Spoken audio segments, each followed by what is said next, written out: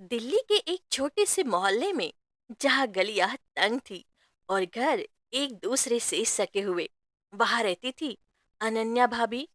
अनन्या 32 साल की एक ऐसी खूबसूरती की मालकिन थी कि मोहल्ले के हर नौजवान की नजर उन पर ठहर जाती थी। उनकी गहरी भूरी आंखें, लंबे काले बाल और वो मुस्कान जो किसी का भी दिल चुरा ले, उनकी पहचान थी। लेकिन अनन्या का पति रवि एक बिजनेसमैन था जो महीनों विदेश में रहता था, और अनन्या अकेली अपने घर में समय बिताती थी। पड़ोस में रहता था वीर, एक 25 साल का नौजवान जो अपनी फिट बॉडी और बिंदास अंदाज के लिए मोहल्ले में मशहूर था। वीर एक फ्रीलांस ग्राफिक डिजाइनर था और अक्सर अपने घर की बालकनी में बैठकर कॉफी पीते हुए मोहल्ले की चहल पहल देखा करता था। उसकी नजरें बार बार अनन्या के घर की ओर जाती थी, जहां वो अक्सर अपनी खिड़की के पास खड़ी बाहर की दुनिया को निहारती देखती थी। एक शाम जब सूरज ढल रहा था और मोहल्ले में हल्की सी ठंडक छा रही थी, अनन्या अपने घर के बाहर गमलों को पानी डाल रही थी।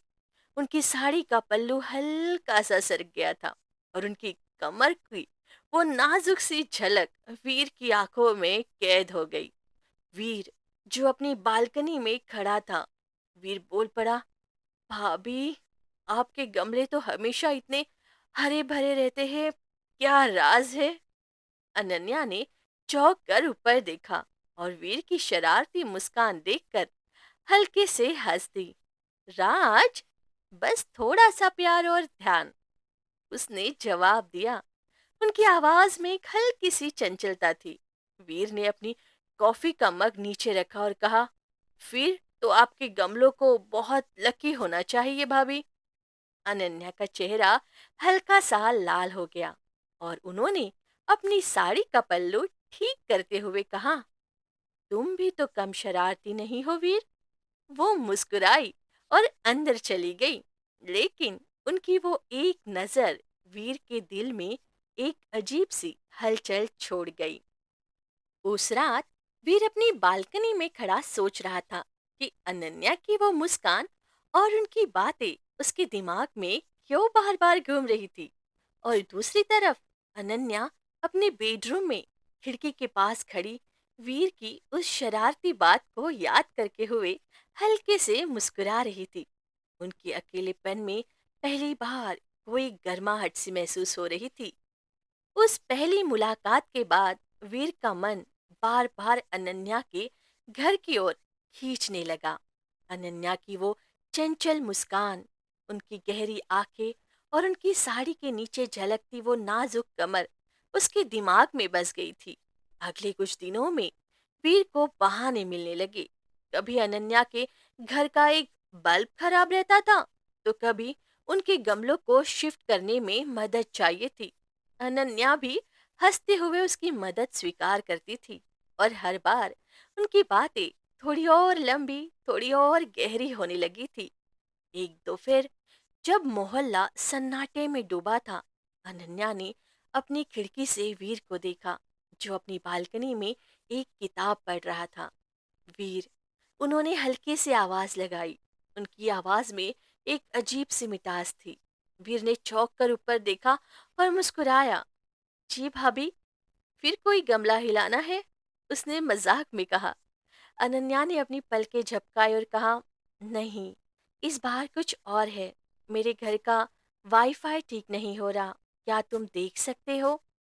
वीर का दिल एक पल के लिए तेजी से धड़का।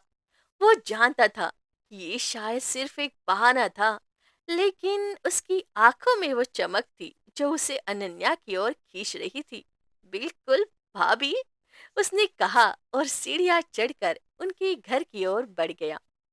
अनन्या ने दरवाजा खोला और आज वो एक हल्की सी नीली साड़ी में थी, जो उनके शरीर पर इस तरह लिपटी थी कि उनकी हर वक्र रेखा उभर रही थी। वीर की नजरें एक पल के लिए तो ठहर सी गई और उसने जल्दी से अपनी आंख हटाई, कहा कि राउटर कहाँ है? उसकी अपनी आवाज को सामान्य रखने की पूरी कोशिश की। अंदर मेरे कमरे में है, अनन्या ने धीरे से कहा, और उनकी आंखों में एक हल्की सी शरारत थी।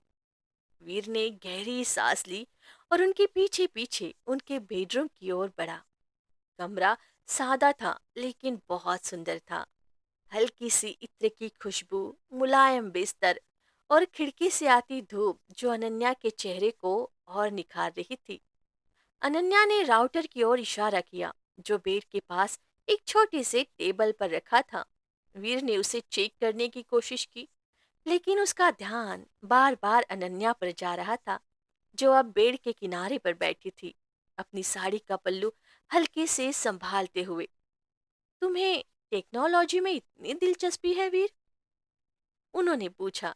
उनकी आवाज में एक हल्की सी उकसाहट थी। दिलचस्पी तो कई चीजों में है भाभी, वीर ने जवाब दिया। उसकी आंखें अब अनन्या से मिली, लेकिन कुछ चीजें टेक्नोलॉजी से कहीं ज्यादा आकर्षक होती है। अनन्या ने हल्के से होंठ काटे और उनकी सांसें एक पल के लिए रुक सी गई। वो उठी और वीर के करीब आई, इतना करीब कि वीर उनकी सांसों की गर्मी को महसूस कर सकता था। तुम बहुत शरारती हो वीर, उन्होंने फुसफुसाते हुए कहा, और उनकी उंगलियां हल्के से वीर की बाहों को छू गई। वो स्पर्श इतना नरम था, लेकिन उनमें से एक ऐसी आग थी कि वीर के पूरे शरीर में करंट सा दौड़ गया। और तुम भाभी, वीर ने धीरे से कहा। उसकी आवाज अब भारी हो रही थी। तुम वो आग हो जो बुझाने का नाम ही नहीं लेती। अनन्या ने एक पल के लिए अपनी नजरें झुकाई, लेकिन फिर उन्होंने वीर की आंखों में देखा और कहा, तो फिर इस आग को और क्या चाहिए? उनकी आवाज में एक ऐसी चाहत थी जो अब छिप नहीं रही थी। वीर ने एक कदम और करीब बढ़ाया, और अब उनके बीच की दूरी बस कुछ इंच की ही थी। अनन्या और वीर के बीच की हवा अब आग की तरह गर्म हो चुकी थी।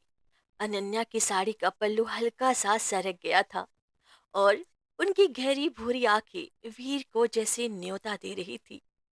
वीर ने धीरे से अनन्या की कमर को थामा, और उसका चेहरा इतना करीब था कि उनकी सांसें एक दूसरे से मिल रही थी। भाभी, वीर ने फुसफुसाते हुए कहा। उसकी आवाज में एक जलन थी। तुम्हें पता है तुम मेरे दिल में क्या कर रही हो? अनन्या ने जवाब नहीं दिया, बस अपनी आंखें बंद की और अपने होठों को हल्के से खोला। ये वीर के लिए काफी था। उसने धीरे से अपने होठ अनन्या के होठों से मिलाए। वो चुंबन नरम था, लेकिन उसमें एक ऐसी तीव्रता थी जो दोनों के शरीर में आग सी भड़का रही थी। अनन्या की उंगलियों वीर की शर्ट पर टिकी, और उसने उसे और करीब खींच लिया। उनकी सांसें भारी थी, और कमरे में सिर्फ उनकी धड़कनों और इत्र की हल्की सी खुशबू का शोर था। वीर ने धीरे से अनन्या की साड़ी का पल्लू और नीचे सरकाया, और उनके नरम कंधे पर अपने होठ रख दिए। अनन्या की एक हल्की सी सिसकी निकली, आह, और उसने अपने हाथ वीर की पीठ पर फेरे, उसकी शर्ट को हल्के से खींचते हुए।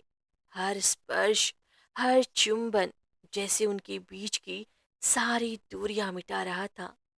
वीर ने अनन्या को धीरे से बेड की ओर ले जाना शुरू किया, और अनन्या ने कोई विरोध नहीं किया। उनकी आंखों में अब सिर्फ चाह थी और कुछ नहीं। लेकिन तभी बेडरूम का दरवाजा अचानक खुला। दोनों एक पल के लिए ठिठक गए, और अनन्या की सांसें रुक सी गई। वहां खड़े थे अनन्या के ससुर रामलाल जी, जिसकी आंखें आश्चर्य और गुस्से से चौड़ी हो रही थी। ये क्या हो रहा है? उनकी आवाज में गुस्सा और अविश्वास था। अनन्या ने जल्दी से अपनी साड़ी ठीक की। उसका चेहरा शर्म और डर से लाल हो गया। वीर ने एक कदम पीछे लिया। उसका दिल तेजी से धड़क रहा था, लेकिन उसने हिम्मत बटोर कर कहा, सॉरी अंकल, ये बस मैं। बस क्या? रामलाल जी ने गुस्से में कहा। उनकी भारी आवाज कमरे में गूंज रही थी। तुम दोनों को शर्म नहीं आती? अनन्या, तुम मेरे बेटे की पत्नी हो, और तुम, वीर, मोहल्ले का लड़का होकर ये हिम्मत! अनन्या की आंखें नीचे थी और वो कुछ बोल ही नहीं पाई। उसका दिल डर और अपराध बोध से भारी हो गया था, लेकिन कहीं न कहीं वीर के लिए उसकी चाह अब भी जल रही थी।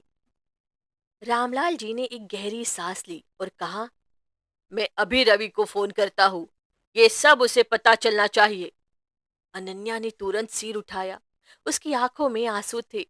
नहीं पिताजी, प्लीज ऐसा मत कीजिए, उसने कांपती आवाज में कहा। म, मैं मैं गलती मानती हूँ, लेकिन रवि को मत बताइए। वीर ने आगे बढ़कर कहा, अंकल, ये मेरी गलती थी। मैंने मैंने भाभी को मजबूर किया। ये सुनकर अनन्या ने उसकी ओर देखा। उसकी आंखों में आश्चर्य और एक अजीब सा प्यार था। रामलाल जी ने दोनों को घूरा और फिर कहा, मैं तुम दोनों को एक मौका देता हूं, लेकिन अगर ये फिर हुआ तो मैं चुप नहीं रहूंगा। वीर, अभी यहां से जाओ। वीर ने एक बार अनन्या की ओर देखा और उसकी आंखों में एक वादा था। ये खत्म नहीं हुआ था। वो चुपचाप कमरे से निकल गया, लेकिन उसका दिल अभी भी अनन्या के लिए धड़क रहा था। अनन्या ने अपनी साड़ी को ठीक किया और चुपचाप बेड पर बैठ गई। उसका मन डर और चाह के बीच में झूल रहा था। उस रात अनन्या अपनी खिड़की के पास खड़ी थी और उसकी नजरें वीर की बालकनी की ओर थी। वीर वही खड़ा था, उसे देख रहा था। उसकी आंखें मिली और उस चुपकी नजरों से मिलने को एक अनकहा वादा हो गया। ये आग अभी बुझी नहीं थी। उस घटना के बाद मोहल्ले की गलियों में सन्नाटा तो था, लेकिन अनन्या और वीर के दिलों में एक तूफान सा उठ रहा था।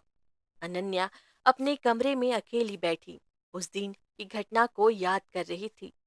वीर का वो गर्म स्पर्श, उसका चुंबन, और फिर ससुर रामलाल जी का वो गुस्से भरी नजरें, सब उसके दिमाग में घूम रहा था। वो डर और चाह के बीच में फंसी थी। वीर की ओर उसका दिल अब भी खींच रहा था, लेकिन रामलाल जी की धमकी ने उसे बेचैन कर दिया था। दूसरी तरफ रामलाल जी के मन में एक अजीब सी हलचल थी।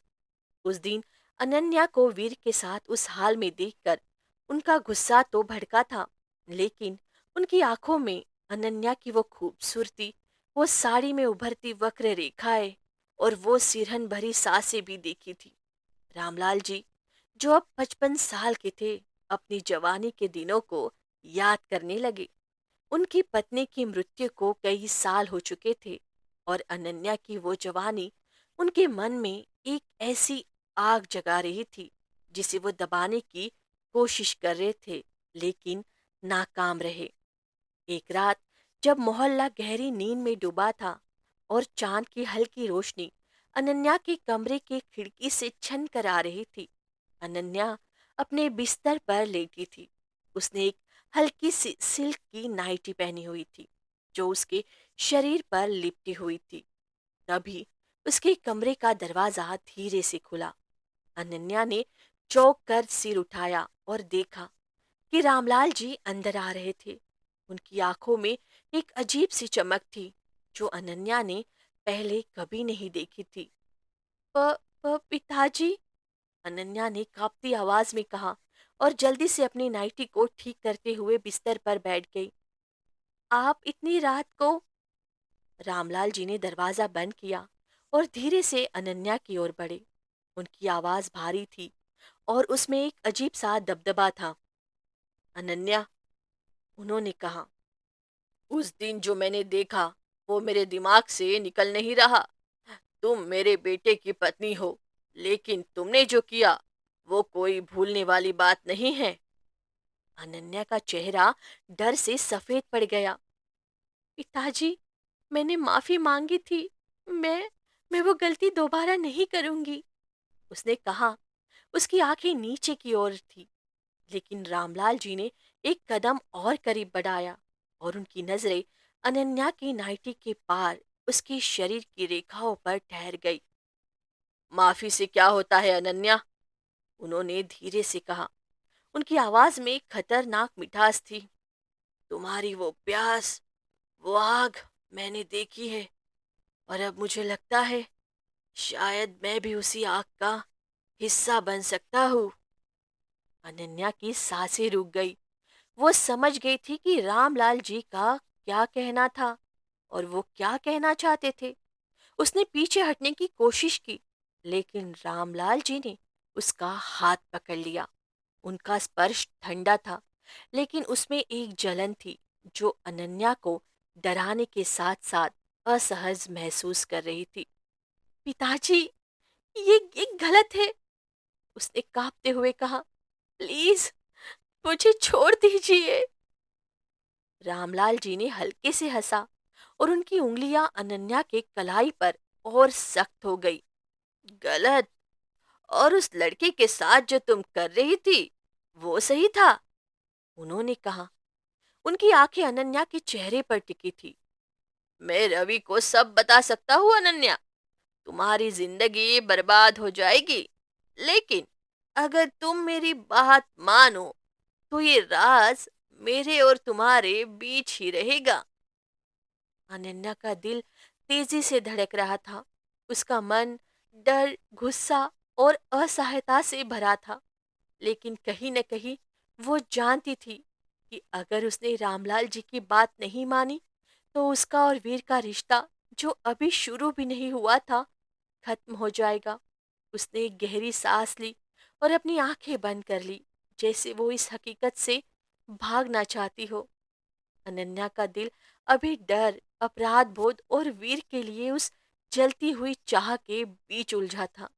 रामलाल जी की वो धमकी भरी बातें और उनकी आंखों में जगी अजीब सी आग उसे बेचैन कर रही थी। वो अपनी सिल्क की नाइटी में बिस्तर पर लेटी थी। चांद की रोशनी उसके चेहरे पर पड़ रही थी, लेकिन उसकी आंखें खिड़की की ओर थी, जहां वीर की परछाई ने उसे एक पल के लिए सुकून दिया था।